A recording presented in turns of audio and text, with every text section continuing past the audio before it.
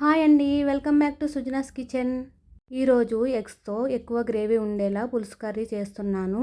ఒకసారి చేసి పెడితే ప్రతిసారి ఇలానే చేయమని అడుగుతారు, అంత బాగుంటుంది.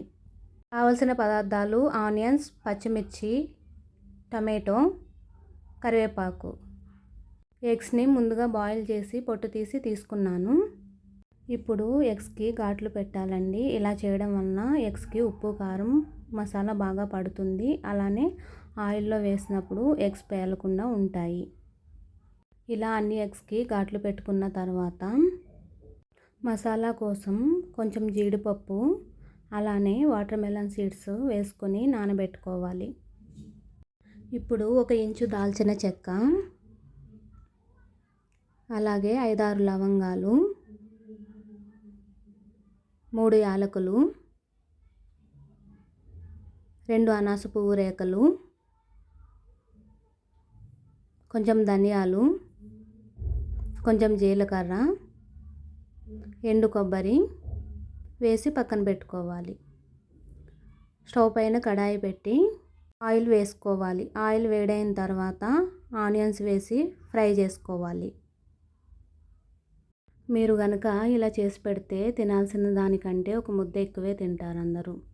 ఆనియన్స్ ఇలా ఫ్రై అయిన తర్వాత కరివేపాకు, పచ్చిమిర్చి వేసి ఒకసారి ఫ్రై చేసుకోవాలి.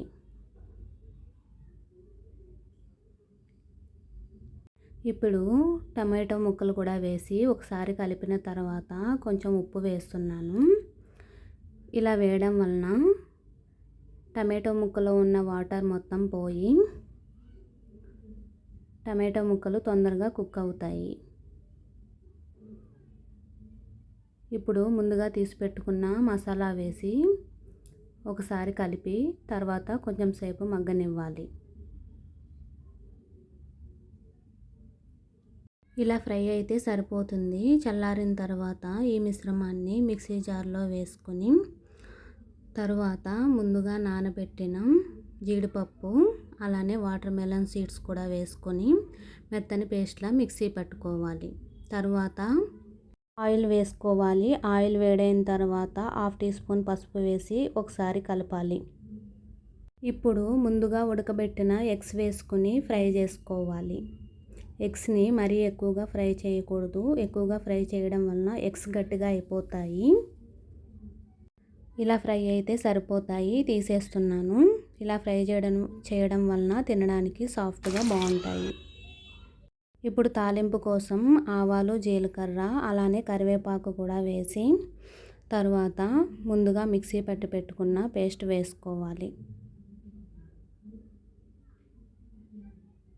ఇప్పుడు కొంచెం సేపు ఫ్రై చేసుకున్న తర్వాత కొంచెం ఉప్పు వేసుకొని ఒకసారి కలిపిన తర్వాత మూత పెట్టి కొంచెం సేపు మగ్గనివ్వాలి.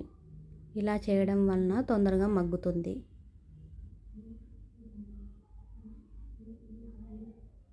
టూ మినిట్స్కి ఒకసారి కలుపుతూ ఉండాలి, లేదంటే అడుగు పడుతుంది. ఇప్పుడు 2 టేబుల్ స్పూన్ కారం యాడ్ చేస్తున్నాను. ఇలాగే కలుపుతూ కొంచెం సేపు ఫ్రై చేసుకోవాలి.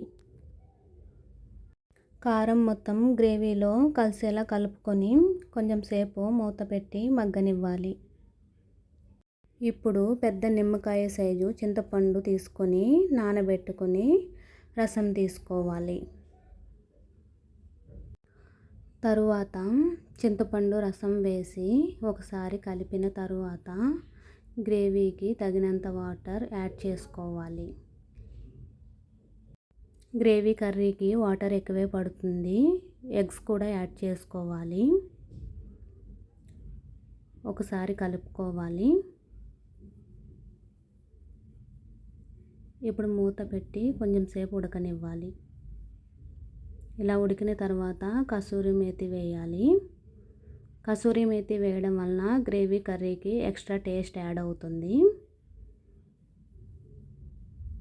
చాలా బాగుంటుంది. మూత పెట్టి 2 నిమిషాలు ఉడకనివ్వాలి. చివరిగా కొత్తిమీర వేస్తున్నాను.